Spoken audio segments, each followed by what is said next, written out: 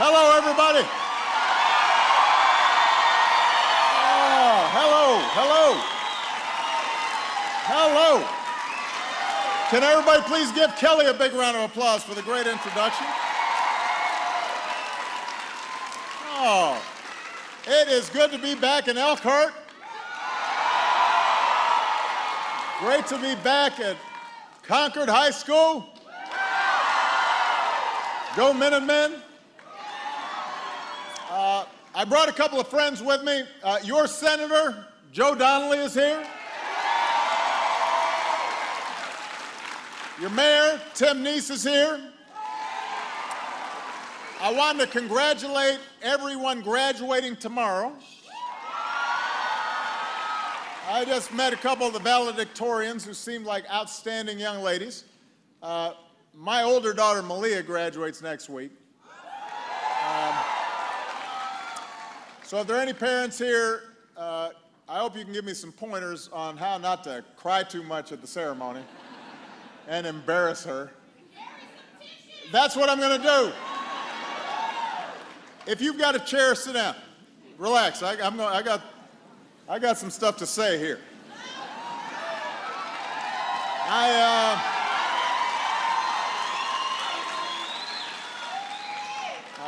Yeah, so I'm not going to talk about the fact that, you know, my daughter leaving me is just breaking my heart. I'm not here to talk about that. I'm here to talk about the economy. I don't know that if you've noticed, but this is an election year. And it's a more colorful election season than most. It's been a little unusual. And no, I can't do that.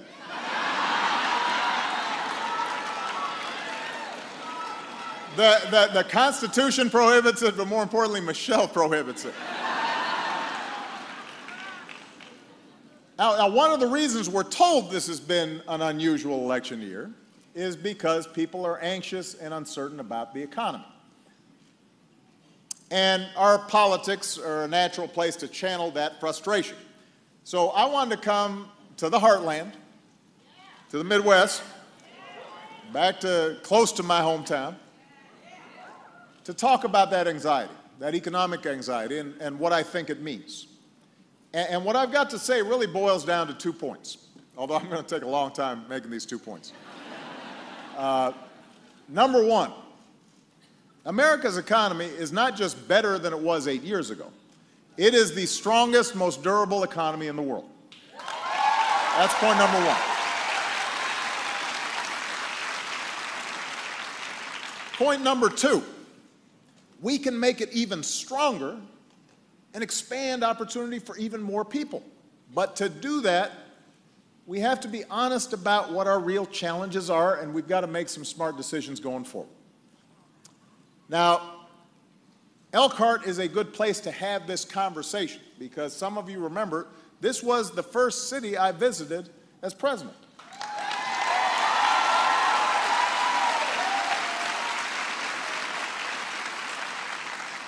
I'd been in office just 3 weeks when I came here.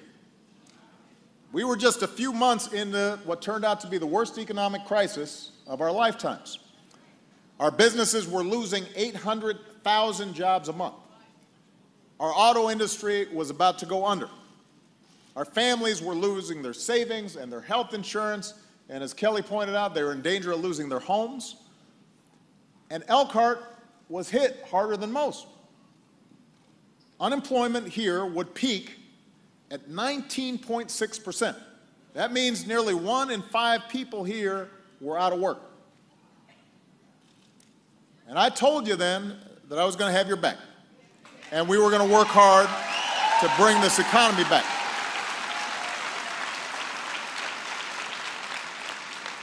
So what's happened since then? Unemployment in Elkhart has fallen to around 4%.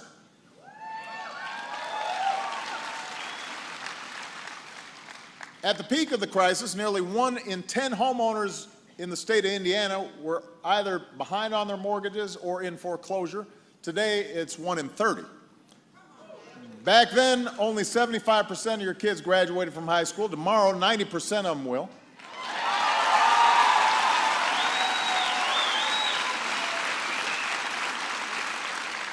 The auto industry just had its best year ever, and the RV capital of the world is doing its part. The industry is set to ship nearly 400,000 RVs this year, which will be an all-time record.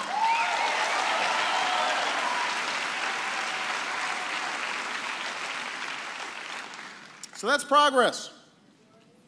And it's thanks to you, to the hard work you put in and the sacrifices you made for your families and the way that you looked out for each other. But we also wouldn't have come this far, Elkhart would not have come this far, if we hadn't made a series of smart decisions, my administration, a cooperative Congress, decisions we made together early on in my administration. We decided to help the auto industry, to restructure, and we helped families refinance their homes. We decided to invest in job training so that folks who lost their jobs could retool. We decided to invest in things like high-tech manufacturing and clean energy and infrastructure so that entrepreneurs wouldn't just bring back the jobs that we had lost, but create new and better jobs. And folks who had lost work from the construction industry because the housing market had collapsed could go back to work rebuilding America. And we can see the results, not just here in Elkhart, but across the nation. By almost every economic measure, America's better off than when I came here at the beginning of my presidency. That's the truth. That's true.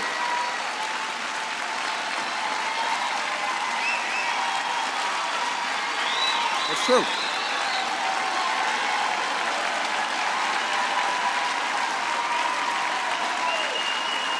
It's true.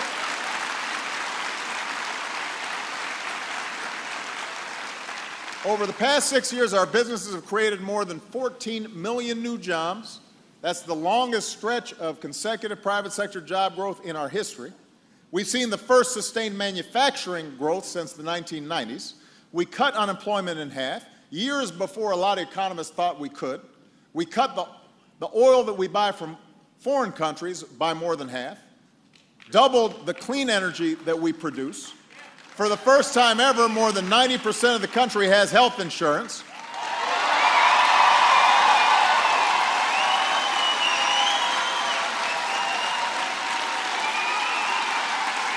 So, in fact, a poll that was out just last week says that 2 out of 3 Americans think their own family's financial situation is in pretty good shape. But we know a lot of people are still feeling stressed about their economic future. The pundits, they say one of the reasons the Republican Party has picked the candidate that it has, no booing, you know, we're voting, we're not booing.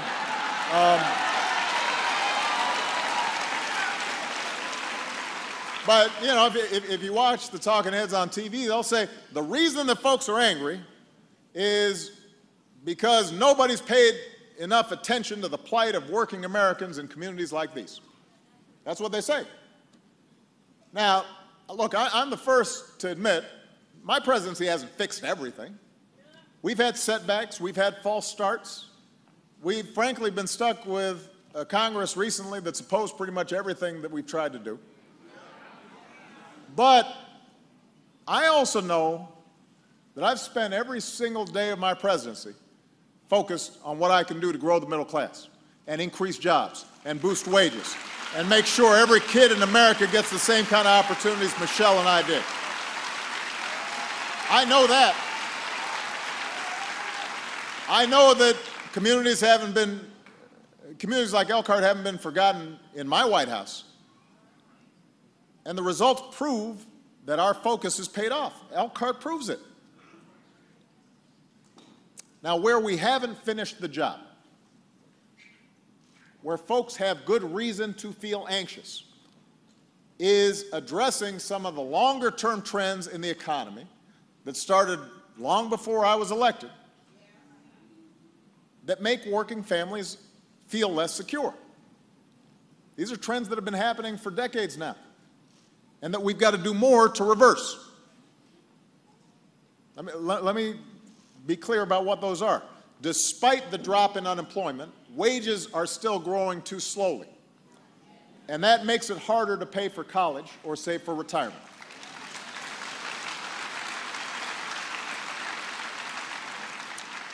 Inequality is still too high. The gap between rich and poor is bigger now than it's been just about any time since the 1920s. The rise of global competition and automation of more and more jobs, the race of technology, all these trends have left many workers behind, and they've let a few at the top collect extraordinary wealth and influence like never before. And that kind of changes our politics. So all these trends make it easy for people to feel that somehow the system is rigged, and that the American dream is increasingly hard to reach for ordinary folks. And there are plenty of politicians that are preying on that frustration for headlines and for votes. Now, I am a politician for another 6 months or so. But I'm not running again. Yes. Besides, besides, while I may have won the state of Indiana just barely in 2008,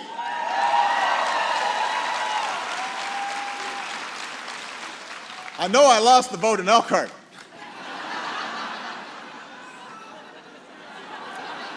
I definitely got whooped here in 2012. I know I don't poll all that well in this county. So I'm not here looking for votes. I am here because I care deeply as a citizen about making sure we sustain and build on all the work that communities like yours have done to bring America back over these last 7.5 years. And I came here precisely because this county votes Republican. That's one of the reasons I came here. Because if the economy is really what's driving this election, then it's going to be voters like you that have to decide between two very different visions of what's going to help strengthen our middle class. You're going to have to make that decision.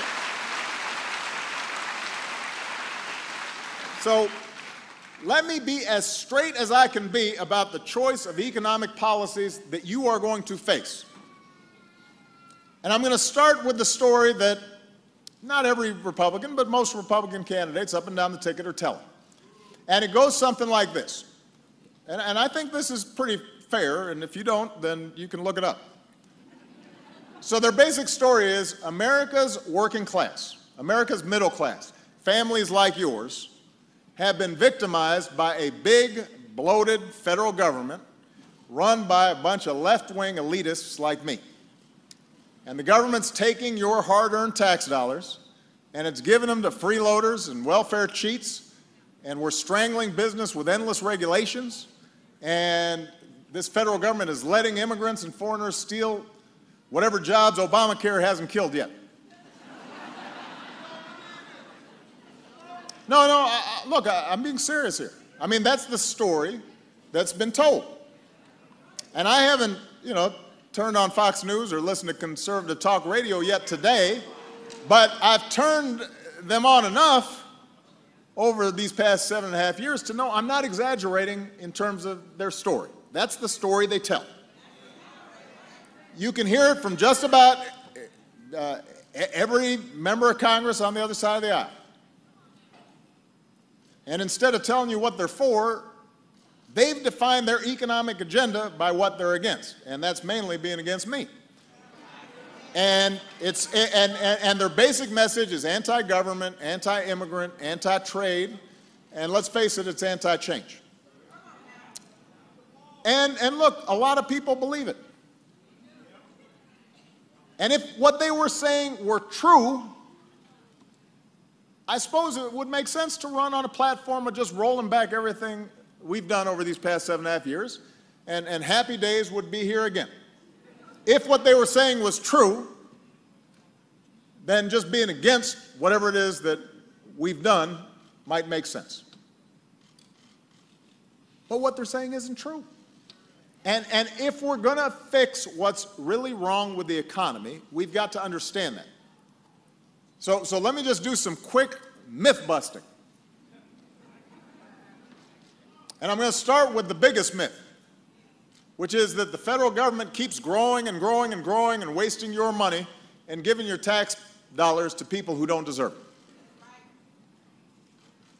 Now here's the truth. You can look it up. These journalists here, they can do some fact checking. As a share of the economy, we spend less on domestic priorities outside of Social Security, Medicare, and Medicaid. We spend less than we did when Ronald Reagan was president. When President Reagan or George W. Bush held this job, our deficits got bigger. When Bill Clinton and I have held this job, deficits have gotten smaller.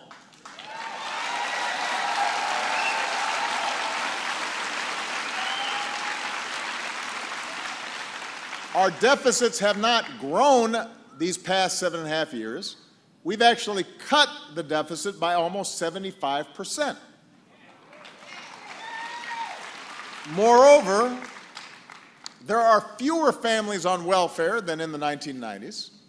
Funding has been frozen for 2 decades. So there's not a whole bunch of giveaways going on right now.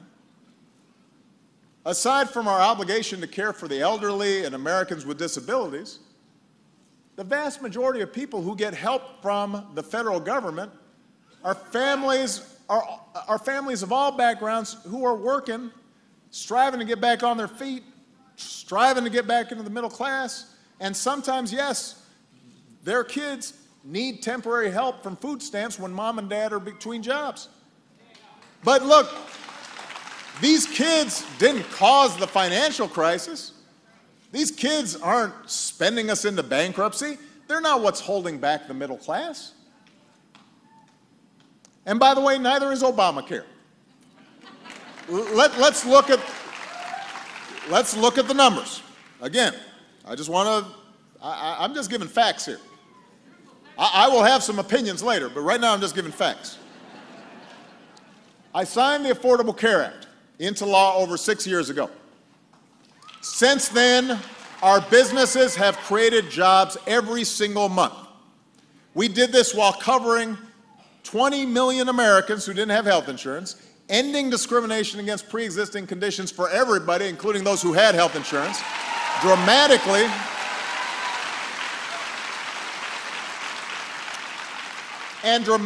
slowing the rate at which healthcare costs were going up. In the decade before Obamacare, employer-based premiums grew by an average of 8% a year. That meant you were paying that much more every year for health insurance. Last year, they grew by 4%, half as fast as they were growing. That doesn't mean you're happy about the 4%, but it wasn't 8. Today, the average family's health insurance premium is $2,600 less than it would have been if premiums had kept on going up at the pace before Obamacare. And by the way, just for folks here in Indiana, last year most Hoosiers who shopped around for Obamacare on healthcare.gov found plans that cost $75 a month or less. For the millions of Americans who buy on healthcare.gov, they get tax credits to help them pay for it. The average price increase this year has been $4 a month. Hasn't been a double-digit percentage hike, $4 a month. But my bigger point is to bust this myth of crazy, liberal government spending. Government spending is not what is squeezing the middle class.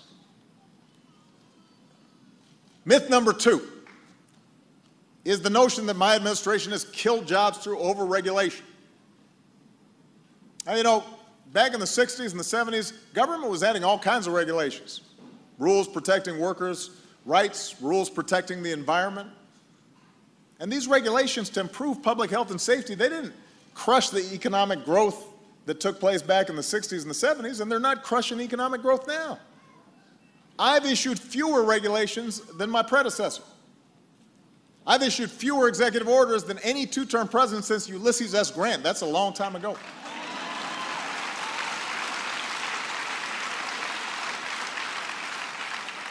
The regulations that we have issued, rules to protect our air and our water, rules to keep families from getting cheated when buying a house or investing their savings. Those rules have benefited our economy a lot more than they've cost. They've helped families. They've helped the middle class. They haven't hurt them. Here's myth number 3. Other countries are killing us on trade. Now, it is true that a lot of supporters of trade deals in the past sometimes oversold all the good that it was going to do for the economy. The truth is the benefits of trade are usually widely spread.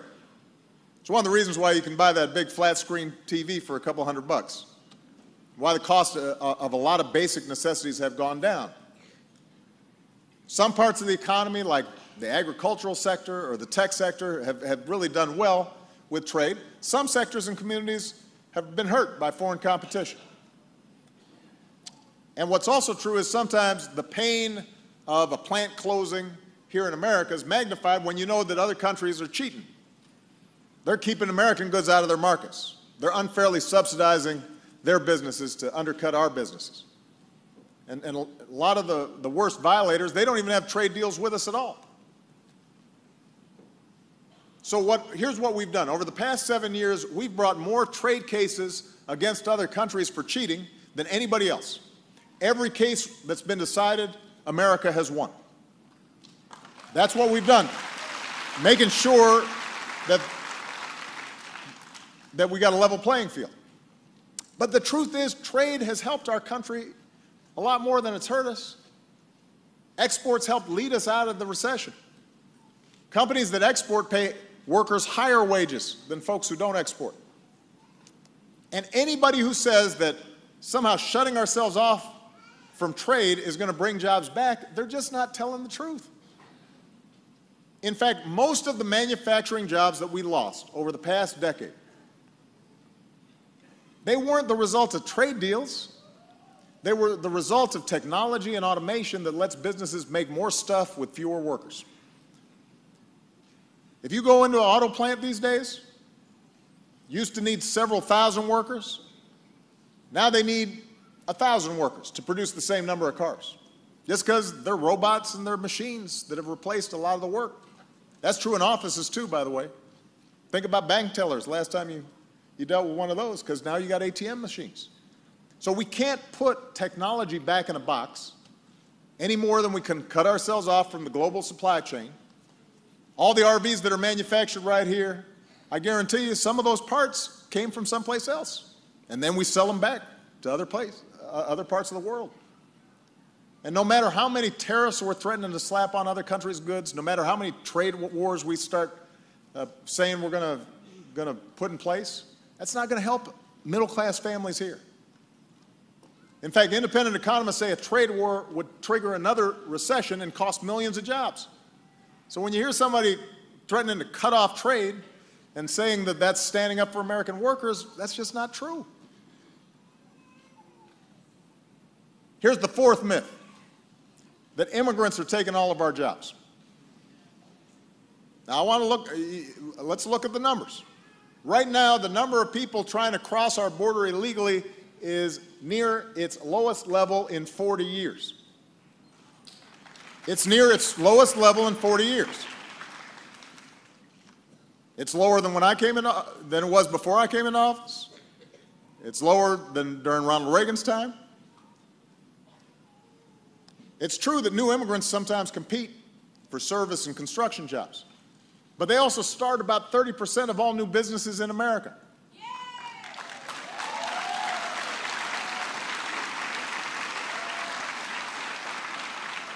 Everybody thinks that immigrants come here and then they're getting all this stuff from the government. Immigrants pay a lot more in taxes than they receive in services. But most importantly, immigrants are not the main reason wages haven't gone up for middle-class families. Those decisions are made in the boardrooms of companies where top CEOs are getting paid more than 300 times the income of the average worker.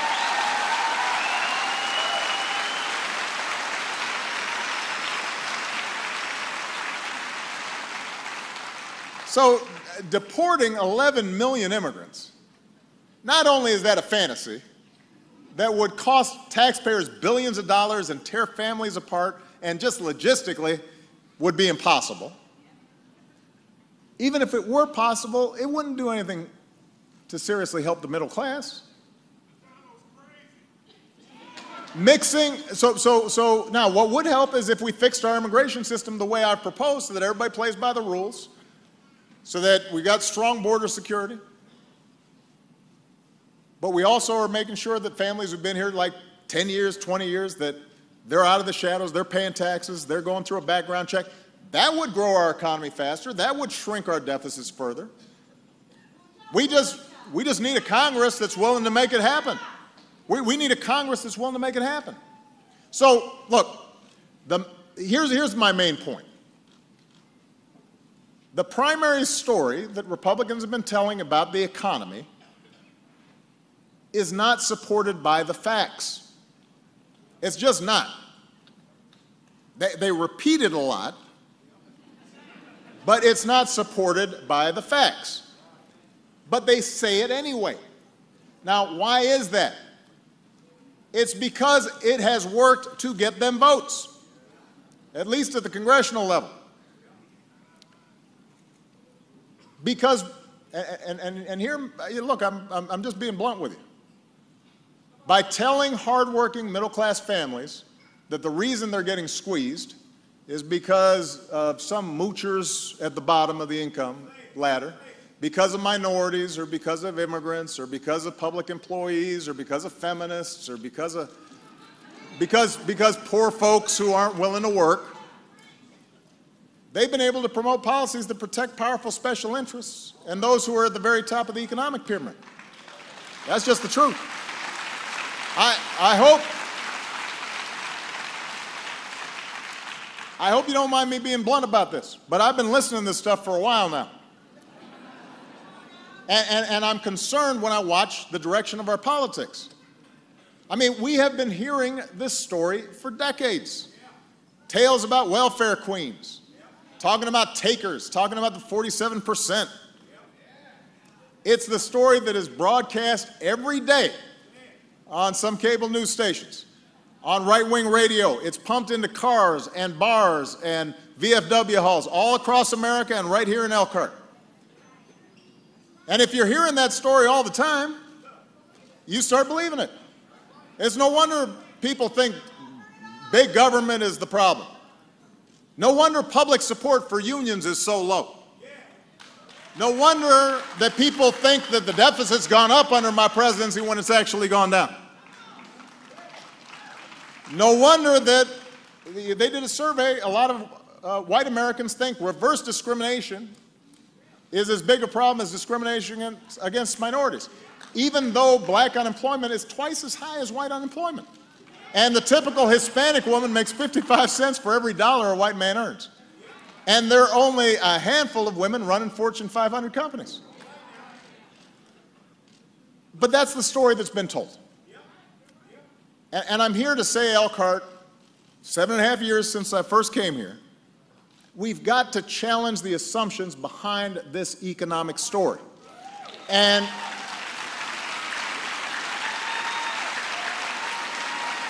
the reason is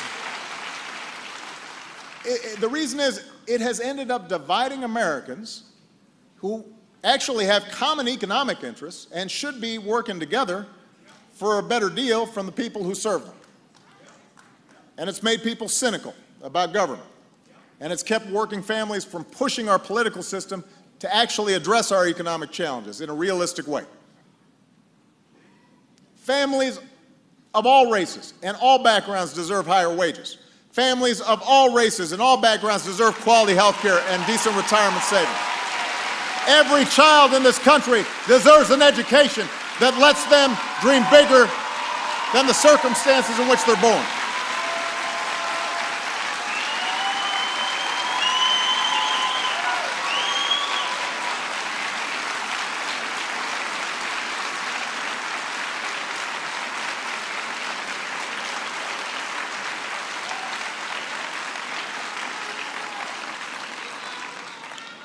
You know, look.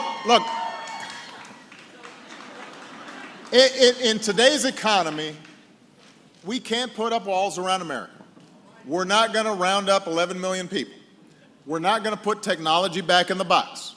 We're not going to rip away hard-earned rights of women and minorities and Americans with disabilities so that they're able to more fairly and fully participate in the workplace.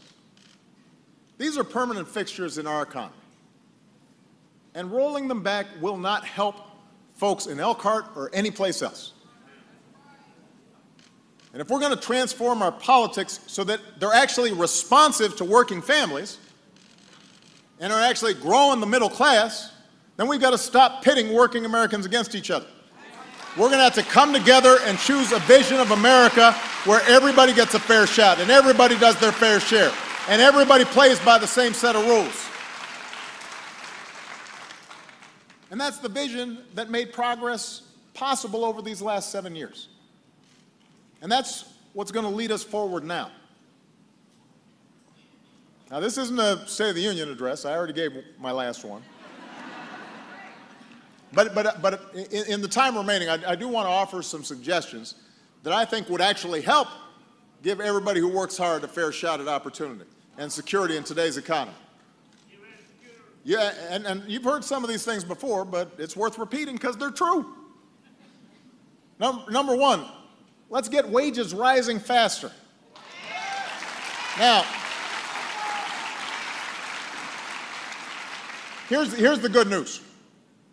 Wages are actually growing at a rate of about 3% so far this year. That's the good news. Working Americans are finally getting a little bigger piece of the pie. But we've got to accelerate that. That's why, for example, my administration recently took new action to help millions of workers finally collect the overtime pay that they have earned. That's going to help.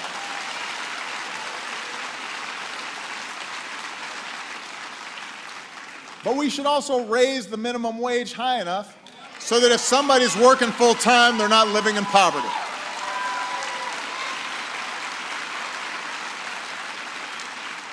Some states, some cities have done it. But we need a national law. We should make sure women get equal pay for equal work. That's something we should all agree on.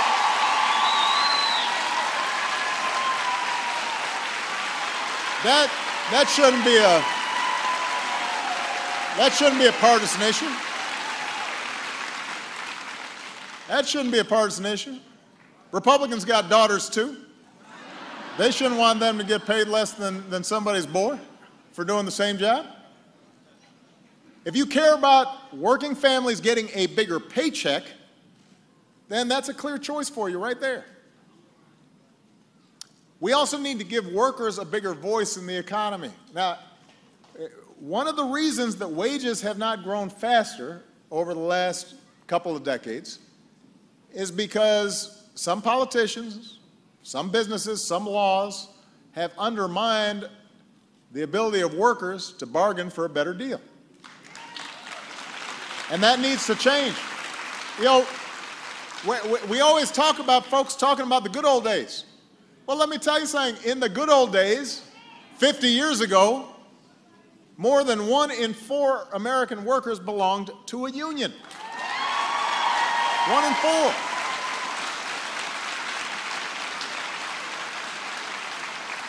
The reason all those manufacturing jobs that everybody wants to get back, the reason they paid well was because folks were unionized in those plants. And they not only negotiated for good wages, but also good benefits. And they had a pension plan that they could count on. So it used to be 1 in 4 were members of unions. Today it's about 1 in 10. And it's not a coincidence that as union membership shrank, inequality grew and wages stagnated and workers got a smaller share of the economic pie. So I just want everybody to remember this. A lot of those good jobs people miss, a lot of those good manufacturing jobs that everybody's always talking about, those were union jobs. And when it's great to get all riled up about low wages and lousy worker standards in other countries, but let's get riled up about that stuff here too. America should not be changing our laws to make it harder for workers to organize. We should be changing our laws to make it easier and encourage new forms of worker organizations that can give them more of a voice and more of a say in the economy. And by the way, I want to be clear, there are a lot of terrific business leaders who have figured out that doing right by their workers isn't just good for their workers, it's good for their bottom line, because that means they got more customers, it means their communities are doing better. There are plenty of business owners right here in Elkhart who exhibited that spirit throughout the recession. So we should lift up good corporate citizens like that so that more businesses across America follow their lead. But that's priority number 1, getting wages to grow faster. Priority number 2, we need to better prepare our children and our workers for the high-tech, high-wage jobs of tomorrow. We actually know what works here. We actually know what works here, we just don't do it. We know early childhood education works. And we should invest in smart ways of doing it across the country, especially because child care costs take up a huge share of a family budget. We know that we have to make college more affordable and job training more available.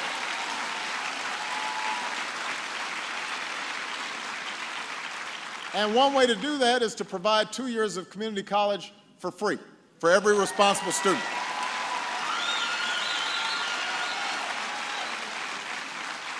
There are mayors and there are governors who are already doing good work on these issues across party lines. They've shown the way. Now we need Congress to do the same. Number 3, one of the reasons wages grew so quickly in the 50s and the 60s and the 70s is because we had a government that put people to work building highways and building bridges and building airports and exploring new frontiers in space and science and investing in research and development, and it led to countless new discoveries and innovations. And it educated a new generation of workers with public colleges where tuition was low and a GI Bill. And I just have to say, too often Republicans in Congress are blocking investments like these for no other reason than this cult of small government that they keep repeating. But you know what? It's been a drag on the economy. It made us recover slower than we should have. It's been a drag on jobs. It's been a drag on wages.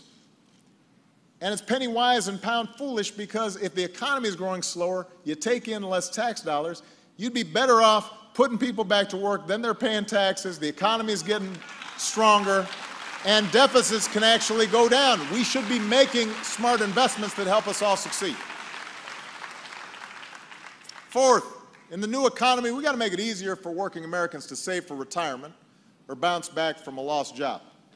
Because let's be honest, most Americans don't have the same benefits package or job security as their member of Congress. I'm just saying, they've got a pretty good deal.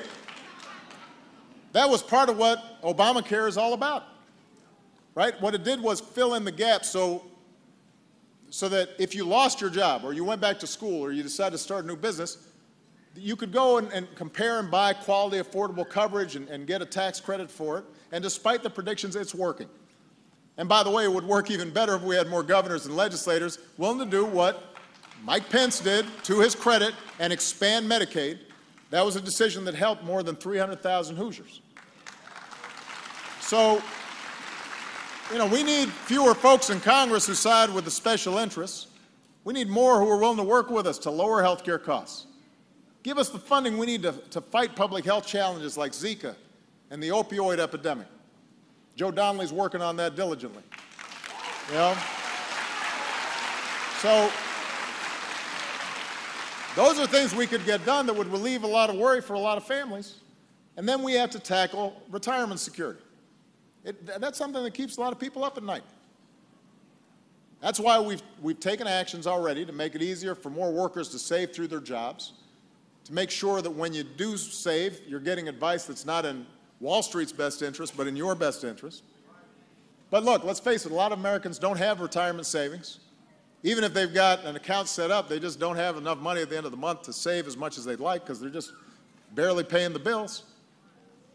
Fewer and fewer people have pensions they can really count on, which is why Social Security is more important than ever. We can't afford to weaken Social Security. We should be strengthening Social Security. And not only do we need to strengthen its long-term health, it's time we finally made Social Security more generous and increased its benefits so that today's retirees and future generations get the dignified retirement that they've earned.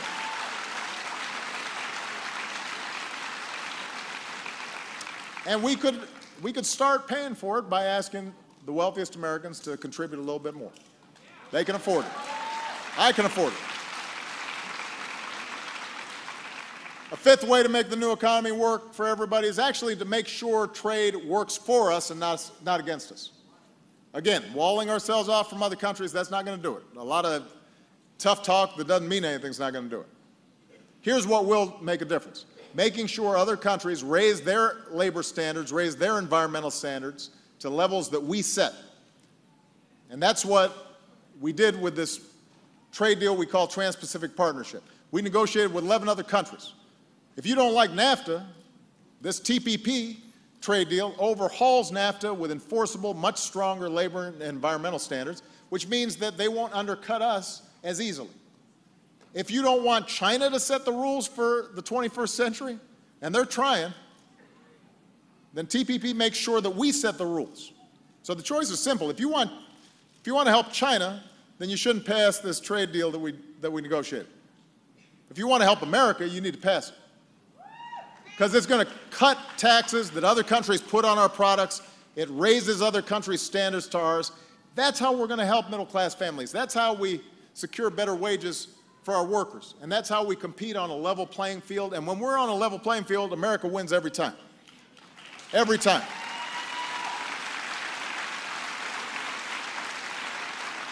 I'm going to make one last suggestion, and that is making sure the economy works for everybody by strengthening and not weakening the rules that keep Wall Street in check and goes after folks who avoid paying their fair share of taxes. Now,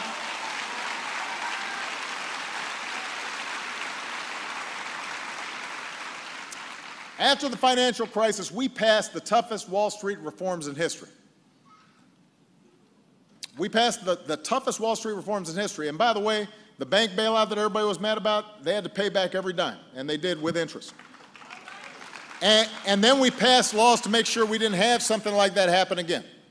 And they're making a difference. The biggest banks have to carry twice the amount of capital that they did before the crisis. That makes another crisis less likely. We've got new tools to guard against another too big to fail situation. We put in place a new consumer watchdog that has already secured more than $10 billion for families who were cheated by irresponsible lenders or irresponsible credit card practices. And guess what?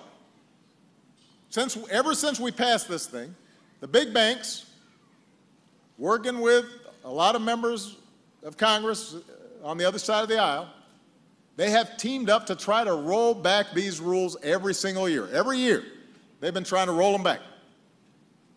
And the Republican nominee for president has already said he'd dismantle all these rules that we passed. That is crazy.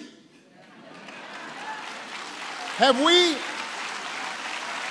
no, look, I mean, sometimes, I'll be honest with you, sometimes I just don't get it. How it is that somebody could propose that we weaken regulations on Wall Street. Have we really forgotten what just happened 8 years ago? It hasn't been that long ago. And because of their reckless behavior, you got hurt.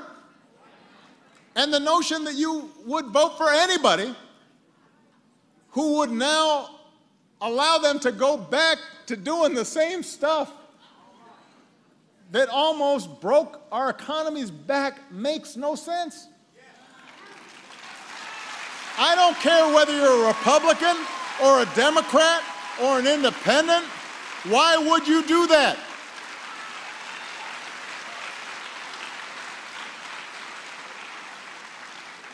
Less oversight on Wall Street would only make another crisis more likely.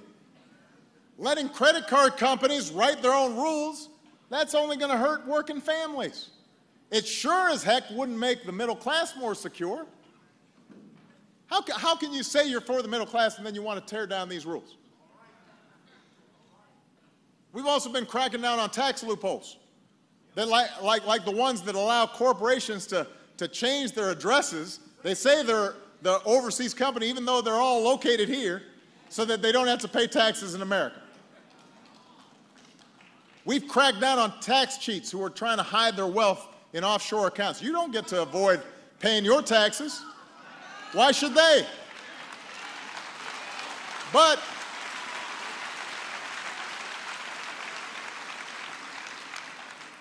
I got to say, the folks on the other side of the aisle have opposed our efforts to close these loopholes. How do they explain it?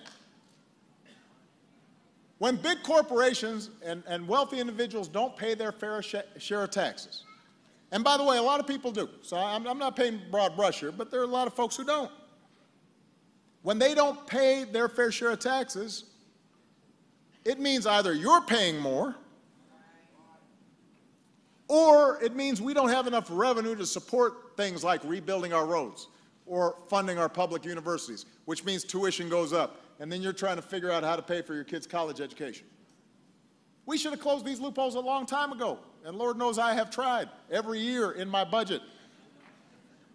We should have used some of the savings that we get from them paying their fair share to give tax breaks that would actually help working families pay for child care, or would help you send your kids to college, or would help you save for retirement.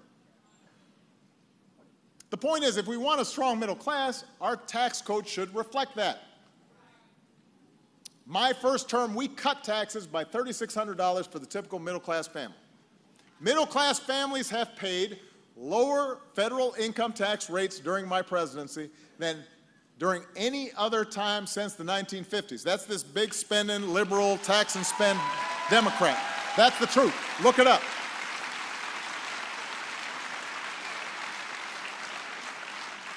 But the wealthiest Americans are still paying far lower rates than they used to. When I ran for office, I said we'd reverse the tax cuts that had been put in place by the previous president and Congress for wealthy individuals, and we did that. We asked them to pay the top rate they did under Bill Clinton, when the economy, by the way, was booming and we ran a surplus. They all said this is going to be a disaster and we're going to go into recession, and we didn't. But today, even as the top 1% is doing better than ever, for all the reasons I talked about earlier, the Republican nominee for president's tax plan would give the top 1/10 of 1%, not top 1%, top 1/10 of 1%, a bigger tax cut than the 120 million American households at the bottom. It would explode our deficits by nearly $10 trillion. I'm not making this up. You can look at the math. That will not bring jobs back. That is not fighting for the American middle class. That will not help us win. That is not going to make your lives better. That will help people like him.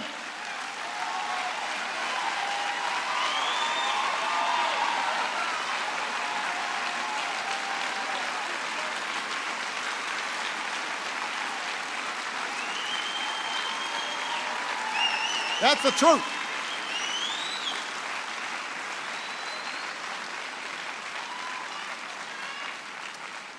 So you have a choice to make, Elkhart.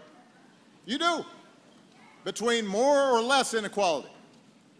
Between stacking the deck for the folks who are already doing great or making sure everybody has a chance to succeed. That's the economic choice you face. That's what's at stake in this election. Two very different visions for our economy. I hope I've broken it down for you. Now, let me say this.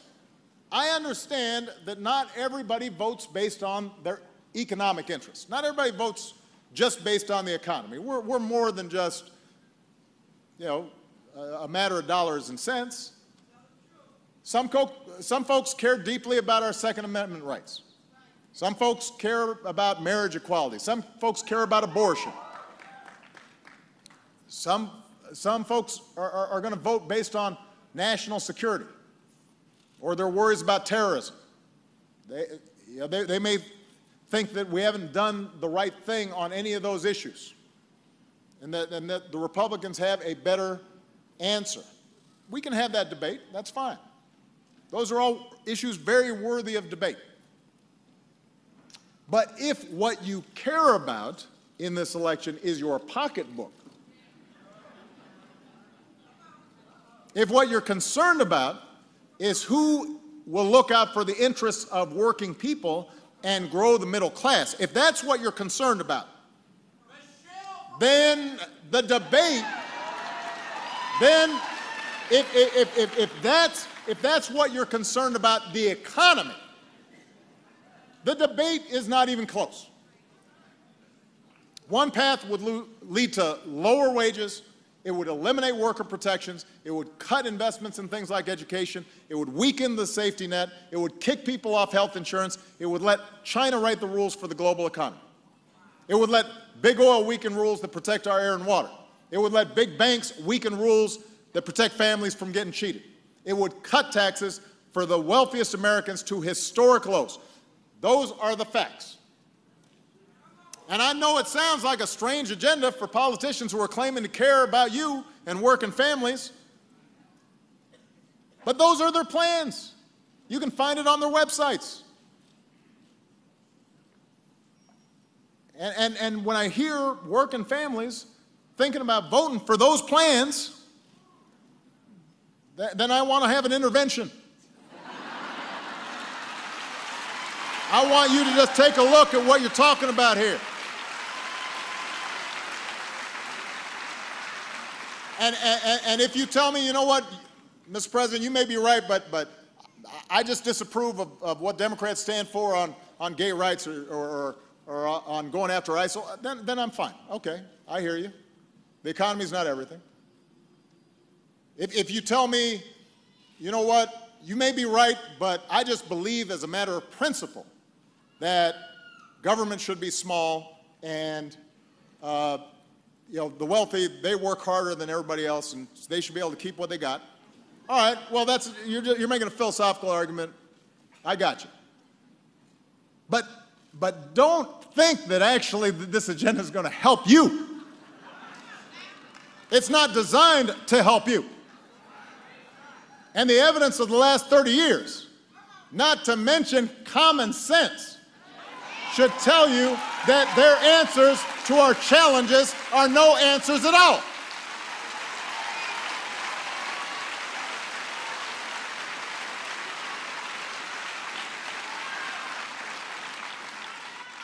Fortunately, there's another path that leads to more jobs and higher wages and better benefits and a stronger safety net and a fairer tax code and a bigger voice for workers and trade on our terms. And it will make a real difference for the prospects of working families and will grow the middle class. So that's the choice you face, Elkhart. The ideas I've laid out today, I want to be clear, they're not going to solve every problem. They're not going to make everybody financially secure overnight. We're still going to be facing global competition. Trying to make sure that all our kids are prepared for the 21st century workforce, that's a 20-year project. That's not a 2-year project. We're still going to have to make sure that we're paying for Social Security and Medicaid and Medicare as our populations get older. There's still going to be a bunch of issues out there. But the agenda I'm putting forward will point us in the right direction. And the one thing I can promise you is if we turn against each other based on divisions of race or religion, if we fall for, a bunch of okey doke, just because it